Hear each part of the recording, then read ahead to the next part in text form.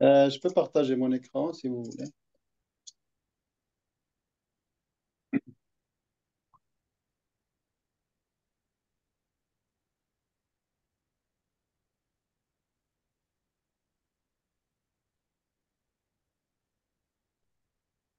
Ok, on va commencer. Allô? Bonjour, oui, on peut commencer. On peut commencer. Donc, bienvenue à tout le monde. Donc, mon nom est Mohamed Fed Alili. Je suis professeur au département d'informatique et d'ingénierie. Aujourd'hui, je vais vous présenter un petit peu la formation qui se donne dans le domaine de la science des données et de l'intelligence artificielle, que ce soit au premier cycle et le deuxième cycle. Donc, je vais présenter les grandes lignes et d'abord motiver ces deux, donc cette spécialisation-là, pourquoi on l'a développée récemment dans notre département. Et puis, les plans de formation qu'on a bâtis pour le premier cycle et pour le deuxième cycle. Bien sûr, vous pouvez après me poser des questions, que ce soit sur la formation, que ce soit sur les débouchés potentiels dans ce domaine, ou toute autre question qui vous viendrait à l'esprit. Euh, donc, sans tarder, donc, notre département, donc, il a déjà des baccalauréats. Bon, premier cycle, on a un baccalauréat d'informatique, deux autres en ingénierie. Ce qu'on a fait, donc ce domaine-là, il a été introduit récemment lorsqu'on a évalué le programme de baccalauréat en informatique et aussi lorsqu'on a évalué le programme de maîtrise. Donc, on a fait les deux volets, donc premier cycle, deuxième cycle. Donc, tout ce qui est du premier cycle, c'est à l'intérieur du bac en informatique et deuxième cycle, donc il y a des deux SS et une maîtrise. Euh, bon, avant d'aller donc à montrer donc ces formations-là, je vais juste motiver un petit peu ce domaine-là de sciences et de l'intelligence artificielle qui n'est pas étranger pour vous, j'imagine. Mais peut-être je vais donner un peu plus d'informations en général. Donc, d'abord, tout ça est venu du phénomène du big data, qui est donc, actuellement donc, dans le monde avec l'évolution du numérique, de l'interconnectivité. Donc, il y a énormément de données qui s'échangent et qui sont créées de partout et par tous les domaines. D'accord? Donc, des milliards et des milliards de données sont générées tous les jours dans les domaines, la santé, la finance, l'économie, la médecine, l'Internet des objets, et j'en passe. Et tout ça, ça crée une masse de données dans laquelle il faut se retrouver. Et, mais ça peut être aussi une source dans laquelle on peut puiser là pour améliorer les processus, pour pousser un petit peu les économies en avant. Et c'est de là donc vient cette mine justement qu'on peut exploiter de manière efficiente. Alors, le phénomène a entraîné donc le big data, une vague carrément dans l'évolution industrielle, qu'on peut schématiser un petit peu dans l'histoire par cette évolution-là.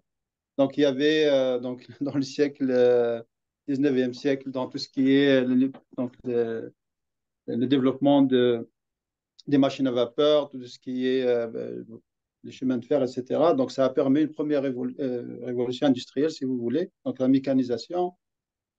Venu ensuite tout ce qui est, après l'introduction de l'électricité, tout ce qui est industrie chimique et tout. Donc, c'était la deuxième révolution industrielle qu'on peut voir ici, vers les années 1900, entre 1900 et 1950. Ensuite, entre 1950 et 1990, c'était tout ce qui est électronique, tout ce qui est avionique, l'aviation. Donc, on a eu notre boom dans l'industrie.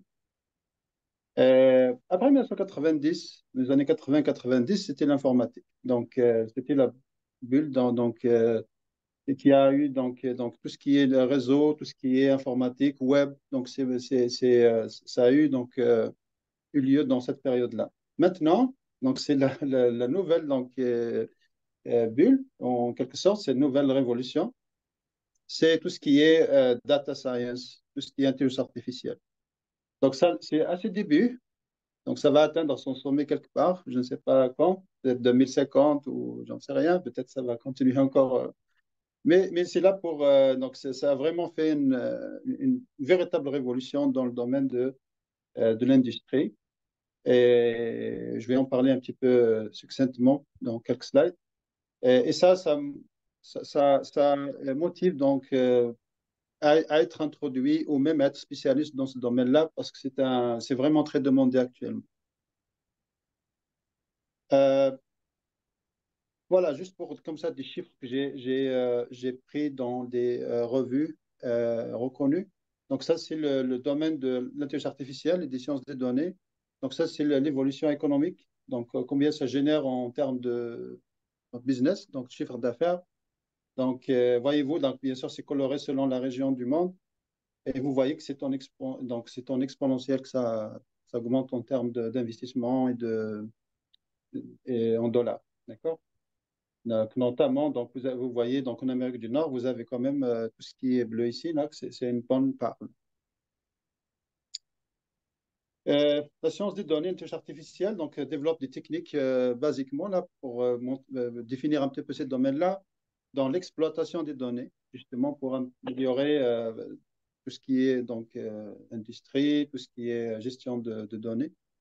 Euh, Donc, pour ce qui est de la science des données, on cherche à créer de la connaissance à partir d'un volume de données massif. On cherche à extraire de la connaissance, trouver les causes d'une maladie ou d'une épidémie, chercher, par exemple, si on peut prédire une crise financière ou le comportement d'un client, etc., etc. C'est ça, donc, le but de la science des données.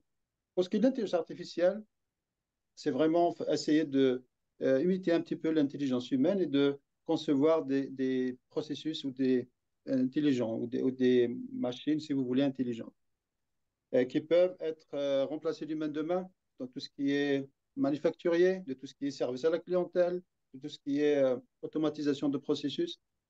Euh, et puis tout ça, là, c'est devenu des sciences, enfin des domaines qui sont clés et utilisés dans beaucoup, beaucoup de domaines actuellement dans le healthcare, de la santé, dans l'agriculture.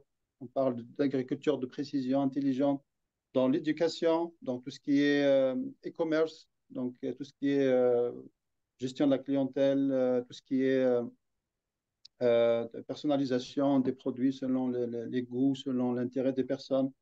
Euh, on parle de voitures automatiques. La plupart des voitures actuellement, ils sont dotées disons, de composantes intelligentes euh, pour justement mettre les conducteurs disons, dans un confort et dans une sécurité accrue. Euh, pour la sécurité, donc pour la finance et j'en passe. Donc ça, c'est juste disons, un résumé de quelques domaines, mais il y en a beaucoup plus. Euh, bien sûr, la science des données, l'intelligence artificielle, c'est un domaine qui est véritablement ancrés dans l'informatique, mais ils sont liés aussi à d'autres domaines. Donc, ce n'est pas que des disciplines purement informatiques. Ils sont aussi des connexions à avoir avec la statistique, avec d'autres, dans l'optimisation, donc tout ce qui est analytique d'affaires, etc. Donc, on a aussi des connexions avec ça. Et vous voyez ça schématisé dans ce diagramme. Donc, la formation justement à laquelle donc on s'intéresse à l'éco, c'est justement être donc à l'intersection de plusieurs domaines.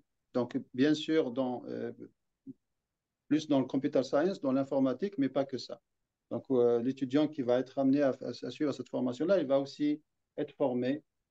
Il va avoir sa base aussi. Donc, on va le former dans par exemple, les statistiques, de tout ce qui est software development, par exemple, dans ce domaine-là.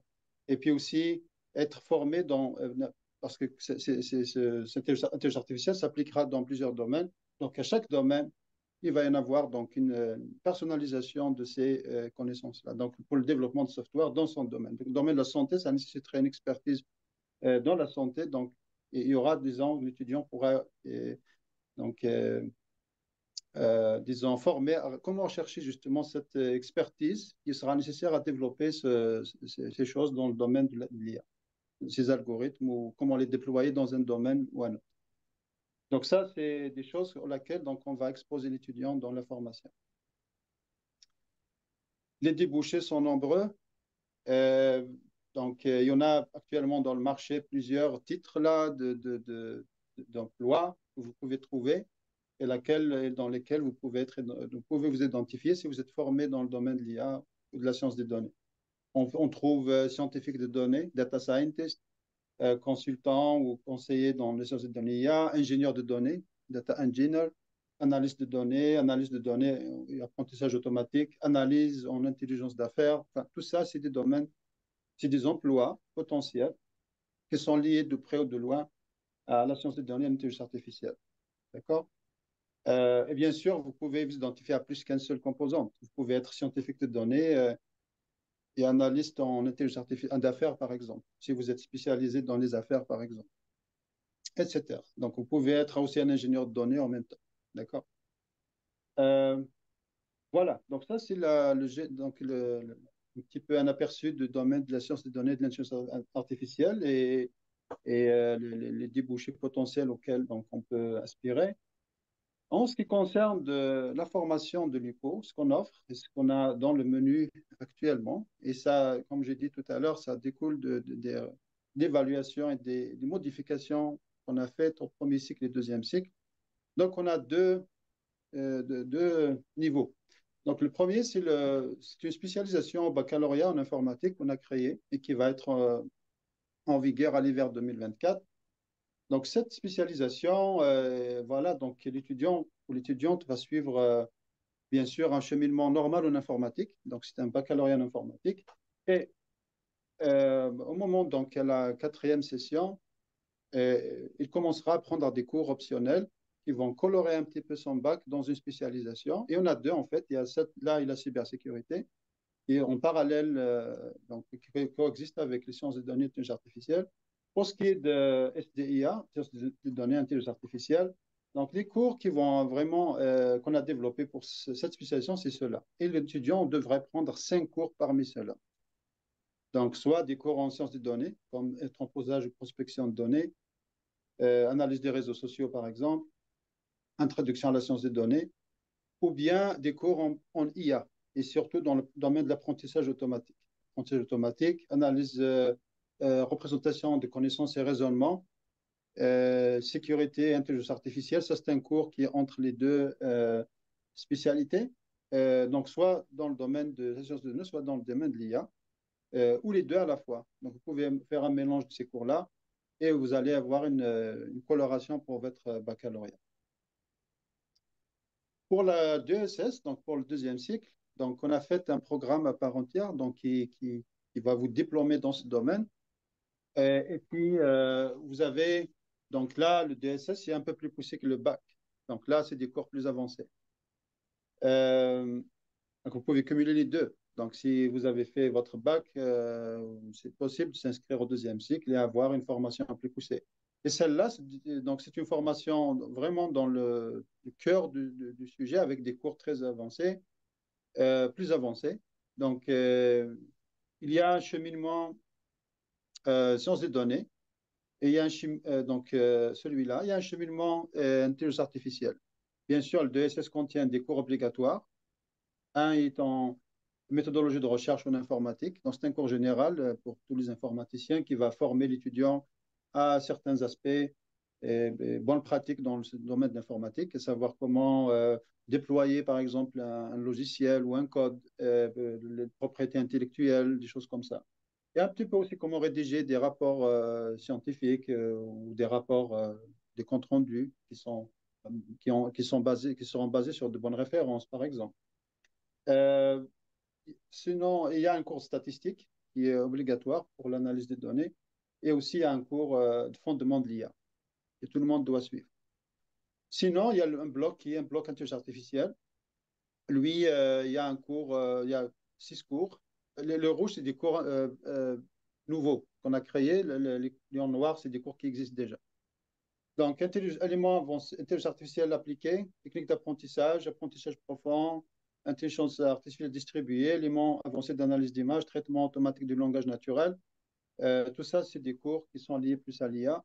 Tout ce qui est sciences de données, vous avez fouillé entreposage de données, programmation infonuagique avancée, recherche d'informations. Vous avez technique d'analyse des mégadonnées, base de données avancées, algorithmes d'optimisation et web sémantique. Bien sûr, ça, c'est 30 crédits au total. Vous avez 12 crédits qui sont accordés à l'essai ou le stage. Donc, l'essai, ça se travaille au niveau de l'ICO, dans un laboratoire. C'est un peu plus théorique. Le stage, c'est vraiment dans une entreprise. Donc, ça doit se faire à l'extérieur. dans une entreprise, bien sûr supervisé par un professeur ici au département et par quelqu'un, donc un superviseur dans le lieu du stage. Et bien sûr, avec ça, vous pouvez, si vous le voulez, prendre un cours à l'extérieur de ces blocs-là. Si quelqu'un, par exemple, veut, je ne sais pas, se former sur un processus, par exemple, dans la finance, appliquer ça dans le domaine de la finance, ou bien dans le domaine de la sociologie, ou bien dans le domaine de la santé, ben, l'étudiant peut prendre un cours dans un domaine où il va appliquer ces algorithmes-là, par exemple, pour avoir une expertise, justement. Comme j'ai dit tout à l'heure, on a besoin souvent dans notre formation de domaine knowledge. D'accord? C'est très important de savoir dans quel domaine on appliquera nos algorithmes. Donc ça, c'est possible de l'avoir, donc c'est de se former dans n'importe quel domaine qui vous permettra d'appliquer ces algorithmes-là. D'accord? La santé, la finance, la biologie, etc. Alors, particularité des programmes de l'UCO, pourquoi disons, les programmes de l'UCO sont bons?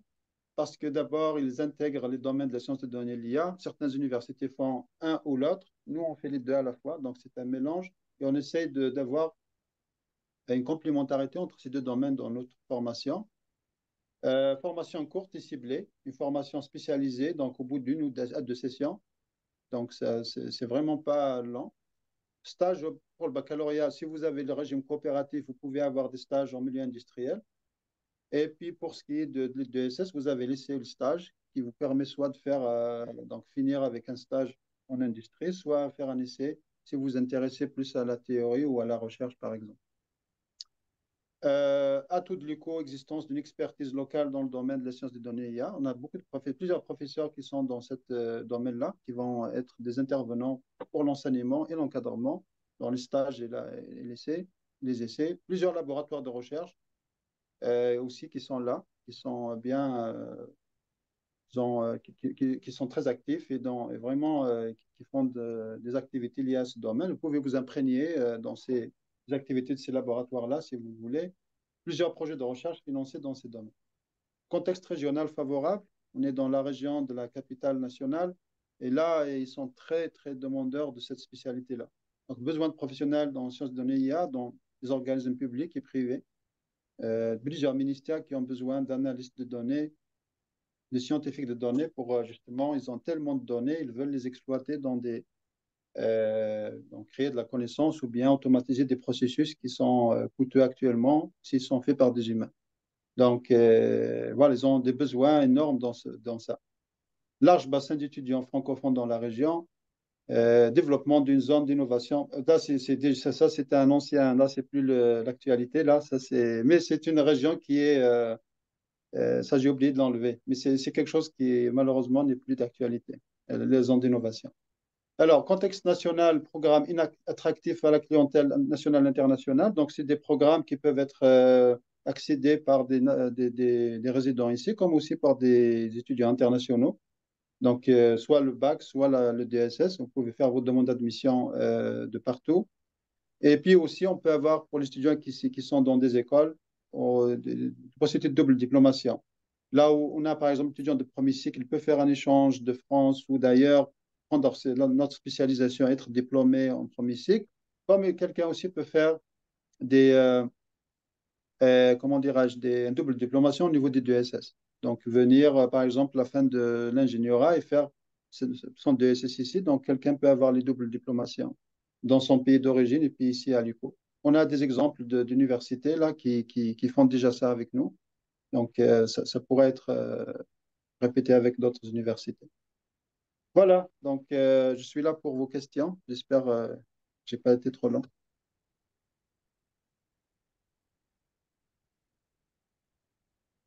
On a 12.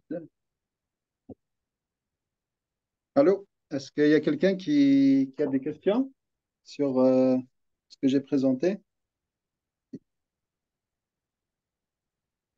Aucun cours à distance.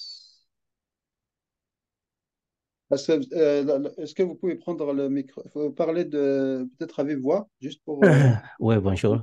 Merci pour la présentation. J'aimerais juste simplement savoir s'il y a des cours qui se font à distance ou tout est présentiel. Il y a des cours qui se font à distance, oui. C'est pas tous les cours qui sont présentiels. Mais c'est pas tous les cours qui sont à distance aussi. Donc, nous, on a un quota de cours qui se donne à distance, le tiers, quelque chose comme ça. Donc, le tiers de la formation peut se faire à distance sans bouger de. Donc, c'est juste en suivant le cours. Mais il y a des cours en présentiel. Ça, c'était la politique de l'UCO, donc on la suit. J'ai une autre question, si vous me Bien sûr. permettez. Allez, Mettons allez. pour les gens qui travaillent, est-ce que les cours se font, mettons, le soir ou il y a des cours qui se font le matin? Vous parlez du bac ou de la de DSS, la deuxième cycle? DSS. DSS. Je peux te dire que beaucoup de ces cours-là, cette année, par exemple, 80% se donnent le soir. Le soir, c'est pas la nuit, là. Donc, le soir, ça commence donc, il y a des cours qui commencent à 15h45, qui finissent à 6h et quelques. Ou bien, ça peut être à 18h à 21h. C'est ça à peu près. Donc, mais on ne donne pas, par exemple, bah, je pense que c'est les horaires de l'UCO. Donc, c'est le soir, donc 19h, 22h. Donc, maximum, c'est ça. Oui, il y a des cours qui se donnent comme ça, oui. Est-ce que c'est la totalité? Non. Il y a des fois un cours qui se donnerait à midi, par exemple. Mais c'est parce qu'on en donne beaucoup. Si on donne 7 8 cours par session, c'est difficile de les programmer tous le même horaire. Donc, il y a certains cours, bien sûr, la moitié ou sinon plus, 70% qui vont être programmés le soir. Mais il y a certains cours qui vont trouver plus des plages horaires l'après-midi, par exemple. Donc, voilà. Mais, voilà. Donc, je ne sais pas si ça répond à votre question. Merci beaucoup. Pas de problème. Bienvenue.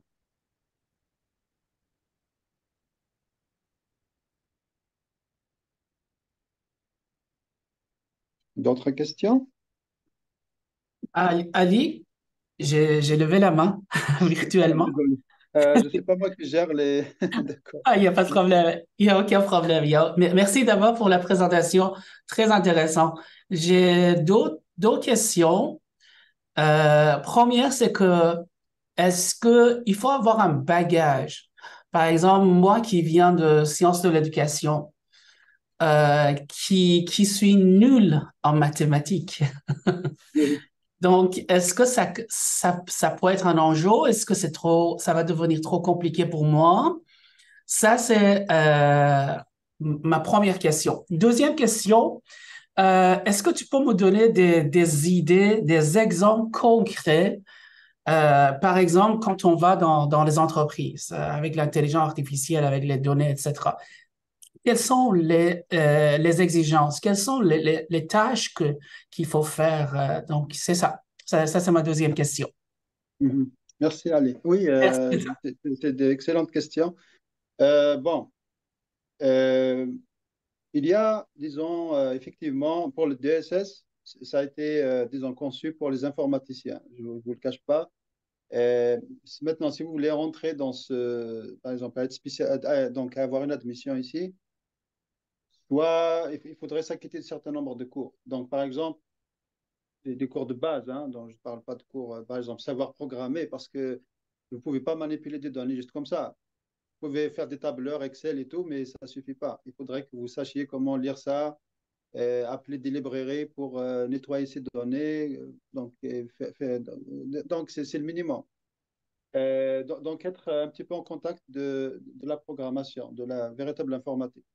Et un peu de connaissances en statistiques, parce que les statistiques aussi, c'est des procédures nécessaires pour justement voir les tendances des données, voir est-ce que les données sont homogènes, voilà, s'il y a de la redondance dans les données. Donc, on doit s'équiper un petit peu de certaines notions informatiques, statistiques, si je puis dire, pour manipuler ces données de manière efficace. Donc, si vous voulez, le DSS, c'est sûr que ça passerait par une prépédeutique, peut-être. Je l'appelle des cours 2, 3, 4, je ne sais pas combien. Ça dépend de votre cursus auquel donc, vous devez être donc, vous former donc, dans ces cours-là. Puis après, vous serez admissible, vous suivrez ces cours-là de manière très confortable. Ce qu'on voudrait, la chose qu'on ne voudrait pas, c'est que vous suivez ces cours-là et que vous aurez mal à l'aise. Vous allez dire, oh, c'est une dépasse, c'est trop pour moi, je me suis trompé. Donc, dès lors que vous êtes bien équipé, vous serez au même donc, titre, dans le niveau que les autres étudiants, parce qu'il y en aura de tous les comment on dit, backgrounds ici. Vous aurez des informaticiens, vous aurez des mathématiciens, des statisticiens, tout le monde veut faire ce domaine. Il y a des informaticiens qui veulent continuer leur spécialité ici. Il y a des statisticiens qui s'inscrivent chez nous, il y a des gens qui viennent de l'actuariat, il y a des gens qui viennent de la gestion. Donc, et c'est sûr que peut-être qu'il y a des gens qui vont venir d'un domaine de sciences humaines. C'est pas interdit pour eux. Sauf que tout le monde doit. Donc, pour les gens qui sont un peu loin, qui n'ont pas assez de formation dans le domaine d'informatique, donc ils doivent se rapprocher un peu en rehaussant leur niveau d'informatique. Mais ce n'est pas impossible, c'est tout à fait possible. Maintenant, pour votre deuxième question, qui est de l'application, c'est donc concrète par exemple, dans un service ou bien dans une entreprise privée, ben, il y en a d'énormes applications. Ben, prenez par exemple une entreprise qui veut juste étudier, par exemple, le comportement de sa clientèle. Le taux, par exemple, comment on dit, d'abandon, enfin, de perte, par exemple. Pourquoi leurs clients perdent leurs clients par exemple, c'est quoi la raison? C'est quoi la fréquence? Quel genre de client on a perdu, par exemple? Étudier les profils de manière automatique et de faire des prédictions. Par exemple, sur qu'est-ce qu'on doit changer pour que on aura moins de pertes, par exemple. Vous prenez à l'hôpital, par exemple. Ça, c'est la gestion des urgences, la gestion de la logistique, par exemple, la dispatching, par exemple, des soignants, etc. Tout ça peut se faire de manière très efficace en minimisant les pertes de temps et en maximisant le nombre de patients, par exemple, passés ou les services. Donc, voyez-vous, donc ça, c'est pour rationaliser disons, le temps, l'argent et maximiser le rendement. Donc, ça c'est une équation que peut-être des fois l'humain ne peut pas trouver solution. Mais l'intelligence artificielle peut le faire pour nous. Donc, parce qu'on a tellement de données et on ne peut pas rester comme ça. Vous prenez 20, 100 humains, là, ils vont être là devant des milliards de données, ils ne peuvent rien faire. Mais la machine peut le faire. Donc, devant un tableur comme ça, ou des données qui sont hétérogènes, des fois c'est des chiffres, des fois c'est des images, des fois j'en sais quoi, c'est des enregistrements ou très compliqués, surtout avec la masse de données. C'est difficile pour un humain de se retrouver. Mais la machine, elle est là pour ça, justement. Et elle est de plus en plus efficace dans ça. C'est exploiter des milliards de données en, dans un record de temps et puis justement de donner une réponse. C'est quoi la tendance? Qu'est-ce qu'on observe? Et puis, vous pouvez faire de la prédiction facilement. Là, j'ai mis par exemple le service à la clientèle ou la santé comme cas, là, mais on a dans la finance, dans les banques, dans les services publics, la ville intelligente, par exemple, sur la gestion du trafic, ben, j'en passe là. Il y a énormément d'applications. Merci beaucoup, Saïd. Pas de problème.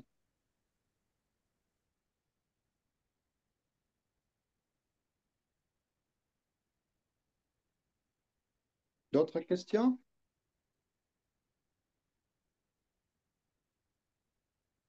sur la formation ou sur le domaine en général? Donc, je suis là pour répondre à toutes les interrogations. Allô? Oui, Monsieur Saïd, bonjour. bonjour, bonjour. C'est Monsieur Christophe, je suis à Laval. Enchanté, n'est-ce pas? Oui, le plaisir est partagé. J'ai bien apprécié votre présentation. Euh, Merci. Déjà, je suis ingénieur en télécommunication, mais je travaille plus sur les projets à fibre optique. Pour l'instant, j'ai déjà travaillé dans d'autres domaines comme l'hyperfréquence et autres. Et je suis bien intéressé à refaire un baccalauréat, voilà, parce que le DSS, c'est spécialisé, mais je veux prendre une base purement, voilà, avec un baccalauréat. C'est vrai que c'est 3 ans minimum et maximum, c'est combien chez vous pour terminer son baccalauréat? Ça dépend si vous le prenez à temps complet ou à temps partiel. À temps complet, vous parlez? À temps partiel, parce que là, avec le travail, je vais devoir Je suis entre Terrebonne et puis Montréal pour des projets. Donc, Ah, ok. Donc, ça dépend du nombre de cours que vous allez suivre par session. C'est 90 crédits auxquels qu'il faut s'acquitter de 90 crédits. Ben, je ne sais pas si la fréquence, si vous avez 2 cours par session, par exemple. Là, on parle de, je ne sais pas, peut-être 4 ans, vous pouvez terminer ça. Mais oui, si oui, vous... parce que de toute façon, il faut que je me fixe un temps. Voilà, voilà. Le maximum, comme vous le dites, pour moi, c'est 4 ans, parce qu'après, il y a d'autres charges et autres. Voilà. Et pour quelqu'un qui a manqué tout le temps, je suis pas parti pour des projets, si ça prend plus de 4 ans, après, ce ne sera pas évident parce qu'après, il y a la famille et autres. Il y a d'autres Bien sûr, charges. bien sûr. Non, je comprends. Donc là, Moi, moi, je me suis dit peut-être 3 ans. Eh bien, dites-moi, vous proposez des programmes, des bourses déjà? Est-ce qu'il y a des programmes de bourse pour intégrer l'UCO? premier cycle, parce que vous êtes intéressé au baccalauréat. Oui. Est-ce que vous êtes d'abord résident ou vous êtes étudiant international? Ben, je suis résident, je suis résident. Ok. Les bourses, oui, il y a des bourses de fondation, par exemple, oui. Il y a des bourses, je pense, d'admission, mais je ne suis pas certain. Donc, il faut que chaque session, chaque année, il y a des fois des bourses qui sont données juste pour l'année. Donc, ça, je ne peux pas vous le dire. C'est des bourses qui sont accordées cette année, c'est possible que l'année prochaine, ils ne seront pas là. Donc, je ne vais pas me prononcer sur ça. Je peux vous donner l'email du responsable du module. Merci, Il ce peut, sera intéressant. Ce sera oui, intéressant, il peut merci. vous dire pour l'année prochaine, est-ce qu'il y aura quelque chose. OK, Euh, mais là, pour ce qui est pour les bourses, là, je n'ai pas vraiment d'informations spécifiques. En tout cas, OK. peut-être pour cette année, je peux vous débrouiller une information. Pour l'année prochaine, je ne sais pas qu'est-ce que l'université prévoit. Parce qu'il y a des budgets des fois pour offrir des bourses. Des fois, ils ont moins, donc ils offrent moins. Super. Euh, mais c'est tout à fait, comme j'ai dit, si vous voulez jumeler travail et études, là, il n'y a aucun problème. La Oui, plupart du monde font ça ici. Donc, oui, je dans serai obligé de faire l'alternance parce que c'est la seule voie pour moi. Parce qu'après, de toute façon, j'acquiers toujours de l'expérience dans ce que je fais. Donc, je ne peux pas me détacher complètement comme quelqu'un qui vient juste d'intégrer, voilà, d'avoir son deck ou bien son 2P. Voilà. Mhm. Ça fait bien longtemps que je bosse sur le projet. Sauf que ce programme m'intéresse vraiment. Je suis en train de réfléchir comment faire pour commencer dès la prochaine rentrée d'hiver. Et une section revient à combien chez vous? Une session revient à combien à peu près? Une session, on a 2 sessions, l'automne et une session l'hiver. Donc, l'automne, c'est 4 mois, de septembre à décembre, mi-décembre. Et puis, l'hiver, c'est de janvier jusqu'à la mi-avril, à peu près. Donc, on termine la session d'hiver. Des fois, il y a des cours qui se donnent l'été, si ça vous intéresse. Et puis, pour le régime coop, il y a l'alternance, parce que l'autre, ce bac-là, il a aussi le régime coop. Et là, ici, l'alternance travail-études. Donc, l'université va vous trouver un stage dans un milieu ça peut être au gouvernement ou dans une entreprise privée, et vous allez faire de l'alternance. Vous allez travailler, étudier 2 sessions, travailler une session, ainsi de suite jusqu'à la fin. Super. Mais une session coûte environ combien pour un bac chez Ça, vous? je ne peux pas vous le dire là. Aucune Il y idée. a un simulateur à l'ICO qui peut, là, lui qui vient d'envoyer dans le chat, vous pouvez le trouver dans la boîte. Donc, il y a un OK. simulateur de frais à l'ICO. Vous pouvez OK. Ce vous, qui, ce qui est sûr, vous me laissez des mails et puis je pourrai communiquer et jusqu'à l'hiver prochain, je vais me décider. Voilà, je vais me décider. Bon, j'ai Tout bien à aimé fait. la présentation. Déjà, j'ai une connaissance d'un ensemble de choses que vous avez présentées et voilà, c'est super intéressant. Voilà, Et puis, si vous êtes déjà formé vous êtes ingénieur ou je ne sais pas, votre background, c'est un ingénieur en télécom ou oui, ingénieur en télécom. Ben, j'ai déjà oui, travaillé, oui, j'ai eu à travailler sur des projets un peu liés à l'intelligence artificielle, voilà. donc Et aujourd'hui, par exemple, dans la fibre optique, on a plein de projets qui sont un peu liés à l'intelligence artificielle avec des gars comme Expo à Québec, des gars comme AFL, comme Scope et autres. Voilà. mhm. Donc, je vais faire une simulation pour essayer de Donc, voir parce que, oui. si je puisse me permettre, sans voir votre dossier, peut-être si vous avez par exemple, cette spécialisation-là ne sera accessible qu'après la quatrième ou cinquième session, c'est que plusieurs cours peut-être que vous avez déjà fait. dans les OK. statistiques, dans les mathématiques, peut-être la programmation. Oui, Si vous MATLAB et autres. MATLAB déjà. Donc, si vous connaissez déjà ça, peut-être vous aurez des reconnaissances d'acquis. Donc, vous allez sur les 90 crédits être exempté de certains. Au lieu de prendre 90, vous allez peut-être prendre 80 ou 75, j'en sais rien. Donc, dépendamment du nombre de crédits que vous aurez, qu'on vous aura reconnu. Super. Et puis, vous allez faire moins que 90. Merci, merci, merci. C'est intéressant. De toute façon, je vais le faire. C'est dans mes projets, quoi. Voilà. Je suis pas, je suis Bienvenue, quelqu'un allez. habitué au challenge. Voilà. Je vais le faire. C'est dans mes projets. Oui. Je préférerais C'est commencer vraiment, par le baccalauréat. Après, je vais faire un DSS ou bien une maîtrise. Voilà. J'aurais c'est pu bien. aller faire directement une maîtrise quelque part, mais je vais commencer par le baccalauréat. C'est mon choix, quoi. Oui, certains Ben vont. oui, ben oui. Oui, c'est mon choix. Mais Ah, c'est un choix judicieux et puis il y a beaucoup de débouchés. Une dernière détail, c'est que ce programme-là disons, spécialité informatique, non, tout ce qui est baccalauréat en informatique, il se donne ici à Gatineau et au campus Saint-Jérôme. Donc, on a un campus à Saint-Jérôme, en nord de Montréal, si vous ne voulez pas oui, déménager c'est à pas loin de Gatineau. chez moi. Saint-Jérôme, je connais Saint-Jérôme. Même Gatineau, c'est pas loin. C'est pas loin de Ok. Laval, c'est à quelques minutes. Ben, Laval, vous êtes à deux pas de Saint-Jérôme. Donc, Oui, Saint-Jérôme, on a là-bas un campus et exactement. on donne ce bac-là. On OK. donne. Donc, si vous voulez vous inscrire à Saint-Jérôme, ben, vous n'êtes pas loin. Oui, il ne Vous serait pas loin de travaillez Saint-Jérôme. C'est ça. surtout si vous voulez jumeler travail et études. Vous êtes, si vous habitez à Montréal, c'est pas la peine de venir à Gatineau. Donc, Oui, vous êtes déjà bien servi localement. oui, parce que Alors, c'est comme Saint-Jérôme, si c'est vous avez lu dans mes pensées. Exactement, c'est Saint-Jérôme que je guettais, quoi. Voilà, parce que c'est proche de la maison. non, je voulais justement, vous m'avez dit Laval, je me suis dit, voilà, on a quelque chose Super, pour vous. super, monsieur Saïd. Vraiment, merci. C'est super intéressant, les différentes explications, votre disponibilité. Avec plaisir. Donc, il y a quelqu'un qui m'a interpellé sur la pratique. Oui, tous les cours de premier cycle, pour ce qui est du bac, ils ont de la pratique. Oui, ce pas des cours théoriques.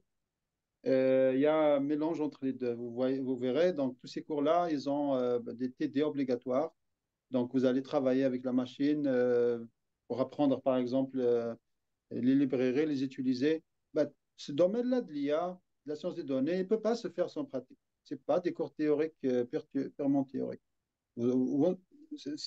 Disons, un étudiant qui ne sera pas exposé à la pratique, et il aura la moitié de la formation pas faite, tout simplement. Donc, tous ces cours-là, ils ont un volet pratique. Ils vont vous exposer, par exemple, aux différents logiciels, aux données.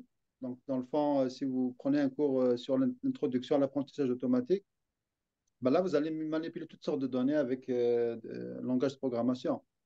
Et ça peut être des données de santé. Vous allez faire des prototypes d'algorithmes, de software. Le but de ça, ça entre dans la formation en informatique. C'est-à-dire que vous allez personnaliser votre aptitude à développer des logiciels dans le domaine de l'IA. Voyez-vous? Donc, vous allez développer des logiciels, des algorithmes, des logiciels, simplement dans le domaine de la science des données, pour gérer les données, pour créer des algorithmes intelligents basés sur l'apprentissage, par exemple, automatique, des chatbots, j'en sais rien, des jeux, des logiciels de sécurité, mais qui sont basés sur l'IA. Et tout ça, là, sera accessible pour vous. Cette formation-là, c'est ça qu'elle va vous permettre de faire. C'est de vous former, bien sûr, là, sur la théorie, bien sûr, les principes, parce que c'est une science, et vous aurez, bien sûr, la pratique qui est vraiment qui se traduit par l'application des algorithmes que vous aurez vu en théorie dans des cas concrets, dans des cas réels. Et bien sûr, à la fin de votre euh, baccalauréat, vous aurez un projet de synthèse euh, dans lequel vous allez faire quelque chose d'envergure. C'est-à-dire, on va vous proposer un sujet, un professeur, vous pouvez le faire au demeurant dans un milieu industriel, mais vous pouvez le faire aussi juste localement à l'université. Et donc vous allez travailler dans une application de A à Z. Vous allez vraiment faire la conception, la programmation, montrer des résultats, et à la fin, vous allez présenter ça devant votre professeur. Et voilà, vous allez faire quelque chose d'envergure, réaliser un chatbot, réaliser un algorithme de tri de patients, j'en sais rien. Donc, vous pouvez faire moi, je suis dans l'imagerie moi-même. Des fois, je donne à des étudiants des sujets sur, par exemple, la reconnaissance d'images, la reconnaissance faciale, euh, la reconnaissance, donc l'utilisation des drones, donc pour avoir des drones qui sont intelligents, qui peuvent capter et voler de manière autonome, des choses comme ça. Donc, ça peut être des applications robotiques, ça peut être dans euh, donc la finance, si quelqu'un s'intéresse à ça, la santé. Donc, par exemple, la prédiction, vous savez maintenant, par exemple, la prédiction de maladies, il y a des algorithmes qui peuvent lire, par exemple, un scan, un CT scan ou une IRM pour diagnostiquer, par exemple, une maladie, la COVID ou un tumeur ou un AVC ou autre. D'accord? Donc, et ça finira, c'est en évolution. Donc, peut-être demain, on aura peut-être des radiologues automatiques, par exemple, des choses comme ça. Donc, il y a énormément d'évolution et ça va toucher pratiquement tous les domaines. Donc, là, je donne juste quelques exemples donc, aux applications ou aux cas pratiques que vous pouvez, disons, auxquels vous allez faire face. Et nous sommes en contact avec le milieu aussi, donc avec par exemple les services sociaux de Gatineau, je parle de la région où ils ont pas mal de besoins, par exemple pour gérer les données des patients, pour faire, par exemple, gérer de manière efficace les listes d'attente, des choses comme ça. Et humainement, c'est difficile. Quand on a le volume de données, le volume de personnes, c'est très difficile à gérer. Et donc, il n'y a que l'intelligence artificielle qui peut aider à le faire de manière efficace. Beaucoup de monde se disent, est-ce que l'intelligence artificielle va remplacer l'humain? Non. Elle va collaborer, cohabiter avec l'humain. C'est-à-dire, c'est comme l'informatique. Maintenant, personne ne peut s'en passer de l'ordinateur. D'accord? L'intelligence artificielle demain, c'est la même chose. Donc, c'est qu'elle va aider l'humain dans beaucoup de tâches. Elle ne va pas le remplacer, mais elle va l'aider dans beaucoup de tâches. Donc, l'intelligence artificielle, conjointement avec l'humain, ça fera vraiment, ce sera merveilleux. Si ça, la collaboration sera donc l'idéal. Une autre question. Donc, qu'est-ce qu'on a ici? Y a-t-il aussi une différence entre le baccalauréat en génie informatique, concentration système informatique, et le baccalauréat informatique proposé par votre université? Génie informatique, c'est système informatique. Système informatique, c'est pas nécessairement de l'IA ou donc c'est tout ce qui s'appelle système au sens pas nécessairement au sens intelligence artificielle. Donc le génie informatique, c'est d'abord le génie informatique, c'est une formation qui est plus liée au matériel. Donc tout ce qui est par exemple gestion, pas gestion, mais plutôt comment dirais-je, faire tout ce qui est embarqué, tout ce qui est lié près de la machine. L'assembleur, là, comment agir sur, par exemple, designer un microprocesseur qui va faire, par exemple, le meilleur job, là, par exemple, pour la gestion, par exemple, je sais pas, améliorer, par exemple, un procédé quelconque, la voiture, par exemple, le microprocesseur d'une voiture pour qu'il soit plus intelligent, des choses comme ça. Euh, il y a de l'informatique, bien sûr, à l'intérieur du génie informatique. Mais ce n'est pas au sens qu'on le fait ici en informatique, au sens sciences générales. Donc ça, ici, c'est vraiment de l'algorithmique. On voit disons, donc c'est plus au niveau du software, donc au niveau des logiciels qu'on va travailler pour la formation d'étudiants. Donc on touchera moins aux aspects matériels, c'est-à-dire faire de la programmation embarquée, beaucoup moins. On touchera moins à tout ce qui est physique là. Donc c'est beaucoup plus logiciel et manipulation de données au niveau logiciel. Et même côté senseur, c'est-à-dire est-ce que l'étudiant va peut-être développer des senseurs, par exemple, mettons, capter tout ce qui est, par exemple, sur le terrain des données. Il sera beaucoup moins ramené à développer des senseurs, par exemple, du matériel pour aller accueillir des données sur le terrain. Ce sera beaucoup plus au niveau du software qu'on va le former. Et une fois que les données sont là, on les utilisera pour justement faire de la prédiction, faire des systèmes intelligents. Voilà, j'espère que j'ai différencié un petit peu les deux domaines. Donc, c'est l'informatique, c'est un peu plus software, le génie informatique, c'est un peu plus hardware. C'est entre les deux. On a besoin du génie informatique justement entre le hardware et pour au moins nous capter les bonnes données. D'autres questions? Bac en informatique appartient à l'informatique. Oui, le bac en informatique, c'est en sciences informatiques. Et c'est plus l'étude des algorithmes, donc des logiciels. Donc, comment concevoir de bons logiciels, de bons justement procédés logiciels pour justement, dans tous les domaines, bien sûr, le web, la gestion, donc ça peut être pour la sécurité, pour tout. Cette spécialisation-là, qui est sciences de données IA, ça formera l'étudiant comment concevoir les algorithmes, justement, ou les logiciels, mais dans le domaine de l'IA. D'accord? Pour les besoins qui sont spécifiques. Donc, et ça, c'est souvent lié à l'exploitation des données. Comme la science des données et l'IA, l'apprentissage automatique, ça se base fondamentalement sur les données.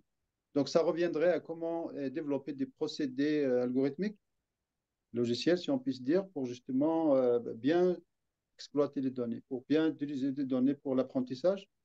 Donc, c'est comme l'humain. Dans le fond, l'intelligence artificielle, c'est un petit peu donc, c'est qu'on imite un petit peu l'humain. Nous, humains, on est exposé à toutes sortes de données chaque jour.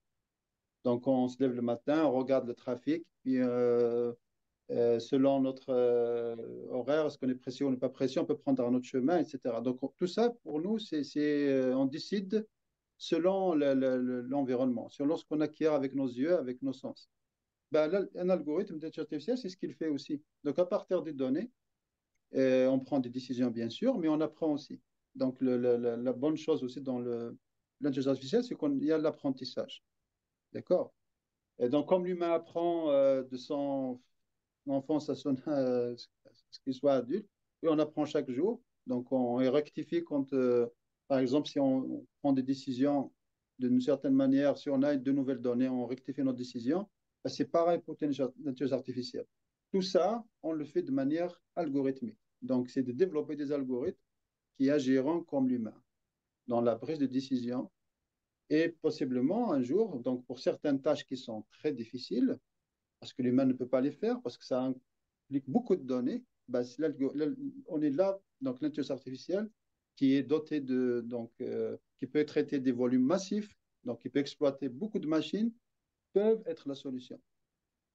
Donc c'est ça que cherchent les entreprises, c'est ça que cherchent les gouvernements, c'est justement de lier des données massives, beaucoup de données. C'est ça, donc c'est motivé par le phénomène du big data. On a tellement de données qu'on ne sait pas plus quoi faire. L'humain ne peut pas les gérer comme ça de manière manuelle. C'est très difficile. Donc, c'est la machine qui va prendre le relais. Et justement, concevoir des algorithmes pour le faire, c'est ça la mission. Et donc, l'étudiant sera formé dans l'informatique, certes, mais il va développer des algorithmes plutôt dans ce domaine-là. Donc, il sera ramené à développer des algorithmes basés sur l'IA pour justement utilisant les données et pour les données. Donc, les données vont, comment dirais-je, être disons, comment dirais-je, fuel, donc euh, carburant en quelque sorte ces algorithmes. Et bien sûr, ces algorithmes-là, une fois entraînés sur des données, ils peuvent eux-mêmes gérer les données de manière efficace ou bien faire des systèmes intelligents pour, à partir de données, prendre les bonnes décisions pour aider l'humain dans tous les aspects. La santé, la finance. Actuellement, le trading, par exemple, dans les bourses, il se fait de manière automatique. Il y a beaucoup de trading. Là, vous allez trouver moins d'humains là, dans les bourses. Parce que beaucoup de choses se font avec l'intelligence artificielle. Et j'en passe. Énormément de choses sont devenues maintenant automatisées. Donc, l'industrie, puis ça va dans ce sens-là. Et il y en a beaucoup, beaucoup de besoins dans ce domaine. Donc, une formation dans ce domaine-là, ce sera un acquis pour l'étudiant. D'autres questions? Je ne vois pas. c'est lui qui a envoyé un lien, laboratoire d'équipe de recherche. Est-ce qu'il y a d'autres questions? Ça va? S'il n'y a pas d'autres questions, nous allons mettre fin à ce webinaire. Nous vous remercions de votre participation. Et pour rappel, je vous informe donc comme on a procédé à l'enregistrement de la conversation et de l'activité. Ce sera très prochainement en ligne sur la chaîne YouTube de l'Université du Québec en Outaouais. Encore une fois, merci. Si vous avez d'autres questions, vous avez des adresses courriels intéressantes. Je vous les ai transmises durant la conversation. Je vous donne la mienne à tout hasard et si je puis vous être utile, n'hésitez pas à communiquer avec moi. Donc, merci beaucoup tout le monde. On met fin à la conversation. Bonne Merci, journée. merci. Bonne Bye journée. bye. Bye.